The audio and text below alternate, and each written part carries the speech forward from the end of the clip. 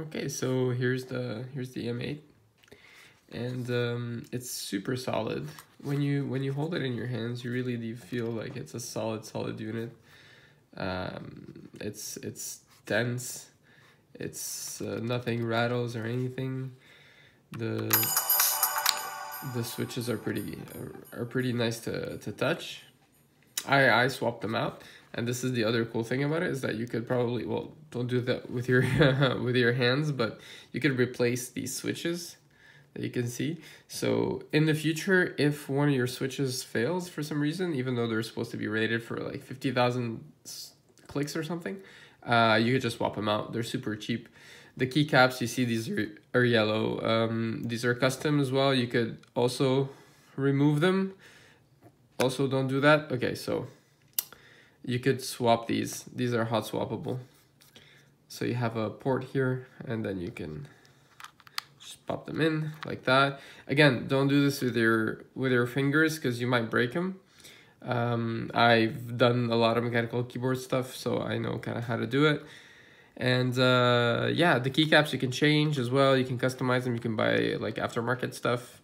The screen is also a touch screen. So let's see, like, all right, so like if I do this, I think, yeah, there we go. You see, so you could do something like this. For example, you could go to the filter, right? And then how do you do it again? Oh yeah, there you go. Okay, so that's not the right one. Is it this one?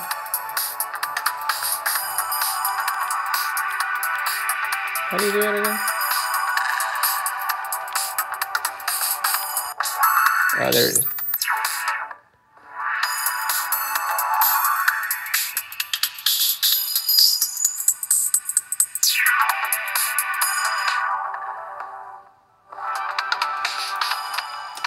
Stuff like that. And yeah, so you have MIDI in, MIDI out on the jacks. You have your micro USB, and the cool thing is that, I don't know if you can tell, but like the micro USB is actually inside of the aluminum plate, so it's very solid. It's not like other micro USBs where you feel like if you just kind of put some pressure on it, it'll snap. It's actually kind of held by the frame, milled into it, so that's really cool.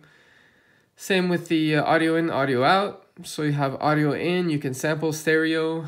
You could also do pass through, and it'll pass through the effects. And then your audio out, you have audio in and out over USB as well.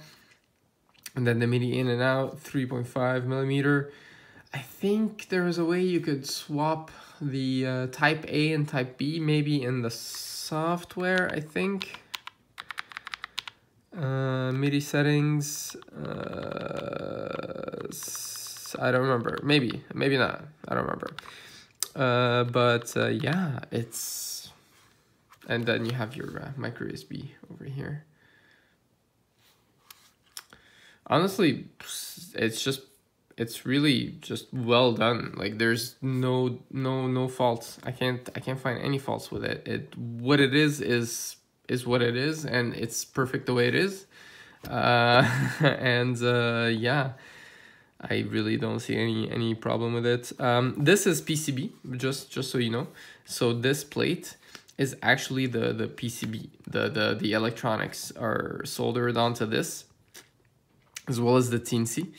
So this is the underside. It might not be the only one. There's maybe another one, but so this is not metal, right? This is PCB, but it's still very solid. And because it's held into the milled out aluminum frame, kind of like the OP1, it's super solid as well. So yeah, I don't know if you have other questions, but it's really nice to hold in the hand. The position of the fingers is very nice as well. Very similar to a Game Boy. Honestly, it takes maybe like 5 minutes to kind of recalibrate your head to the placement, and then it works. And see, that's the beauty of the M8, and like you know it because you're using the headless. But once you understand how to navigate, like it just becomes a language, you know.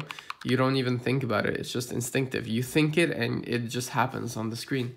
You don't even have to think about like button combinations compared to something like this, for example, which is really amazing as well. But you know, sometimes you're like, okay, so how did I revert the pattern again? Like, was it like function and gear or whatever, and like the fill, and there are too many button combinations, and it's weird. It's actually, you would think that with the little buttons that you have on the M8, that it would be really hard to do stuff, but it's actually super easy because it's all just like 4 buttons. You have to remember how to combine them. It's like playing Street Fighter, but you're making music instead of doing like a flying kick or something. I don't know. I've never played Street Fighter. But yeah, let me know if you have questions. I got nothing else to say. Yeah, that's it. This is a 3D printed piece, the button. This is the on-off button. 3D printed also a screen case, a screen cover over here. It's very good quality. And yeah, that's pretty much it. All right, bye.